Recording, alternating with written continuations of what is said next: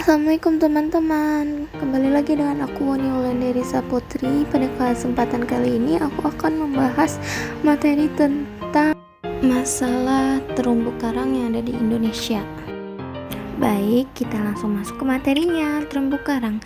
Ekosistem terumbu karang adalah tempat tinggal bagi ribuan binatang dan tumbuhan yang banyak diantaranya memiliki nilai ekonomis tinggi. Beberapa jenis binatang mencari makan dan berlindung di ekosistem ini. Indonesia adalah negara kepulauan terbesar di dunia, terdiri dari 17.000 buah pulau besar dan kecil dengan panjang garis pantai mencapai hampir 81.000 km yang dilindungi oleh ekosistem terumbu karang, ekosistem pada lamun, dan ekosistem mangrove. Di Indonesia terdapat 2.500 spesies of molluska, 2.000 spesies Crustacea, 6 spesies penyu laut, 30 mamalia laut, dan lebih dari 2.500 spesies ikan laut. Luas ekosistem terumbu karang Indonesia diperkirakan mencapai 2,5 juta hektar dan ditemukan 362 spesies Selatinia atau karang batu yang termasuk dalam 76 negara. Indonesia merupakan epicenter dari sebaran karang batu dunia. Ekosistem pesisiran padang lamun, mangrove, dan terumbu karang memiliki peranan penting dalam industri wisata bahari selain memberikan perlindungan pada kawasan pesisir dari hempasan ombak dan gerusan arus. Sebagai tempat tinggal berbagai jenis ikan dan hewan-hewan laut, kelestarian terumbu karang haruslah dijaga, tetapi sayangnya saat ini ekosistem terumbu karang terancam punah karena banyak yang rusak. Penyebab kerusakan tersebut yakni pengambilan terumbu karang secara ilegal, 2 pengembangan di pesisir pantai, 3 pencemaran limbah, 4 penambangan, 5 penangkapan ikan secara ilegal, 6 penebangan hutan mangrove, 7 pestisida. Dampak yang ditimbulkan dari rusaknya terumbu karang. Yang pertama, dampak ekologi akan mengganggu jaring-jaring makanan di laut. Terumbu karang yang kebanyakan merupakan hewan kelas Anthozoa ini berbentuk polip. Biasanya melakukan simbiosis mutualisme dengan hewan-hewan kecil di laut termasuk ikan, kepiting, belut, moluska, dan lain-lain. Ketika habitatnya terganggu, otomatis hewan-hewan tersebut tidak bisa melindungi dirinya dari predator. Akibat terjadi pengurangan drastis hewan kecil penghuni terumbu karang tersebut. Oleh karena itu, ketika hewan-hewan kecil di jumlah sedikit akan berpengaruh juga terhadap populasi predatornya seperti ikan besar dan lain-lain. Inilah yang disebut ketidakseimbangan ekologi. Selain itu, terdapat spesies-spesies tertentu yang hidup di terumbu karang akan mati. Hal ini dapat berpengaruh pada kekayaan biodiversitas, apalagi spesies tersebut terancam kepunahan.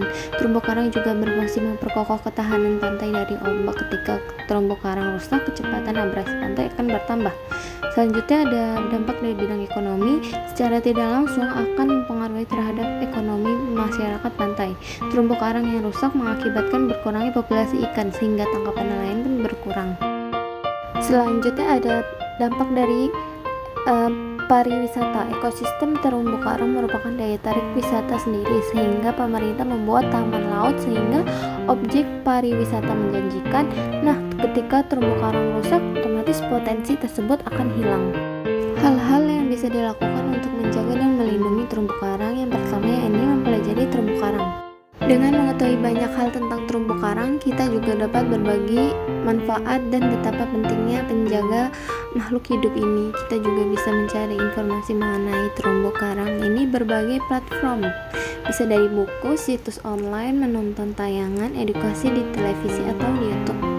Selanjutnya ada aktif dalam kegiatan pelestarian laut, yakni salah satu cara yang paling efektif ikut serta dalam kegiatan-kegiatan untuk melestarikan laut, terutama untuk kita yang tinggal di pinggir pantai atau laut. Pasti banyak kegiatan yang bisa diikuti untuk menyelamatkan terumbu karang.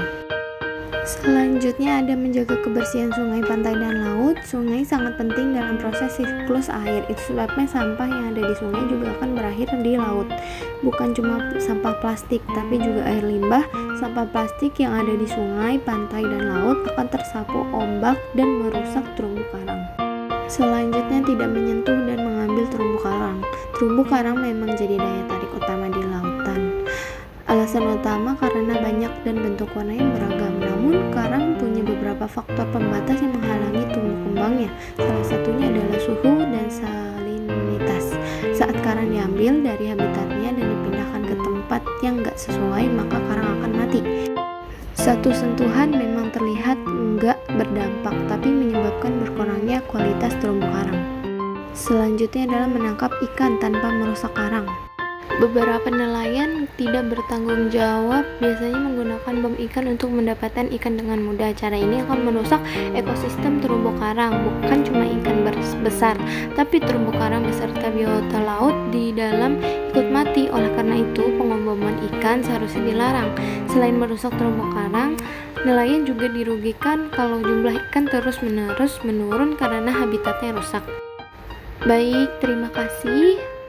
Segitu materi yang dapat kakak sampaikan, semoga dapat dimengerti dengan baik. Wassalamualaikum warahmatullahi wabarakatuh.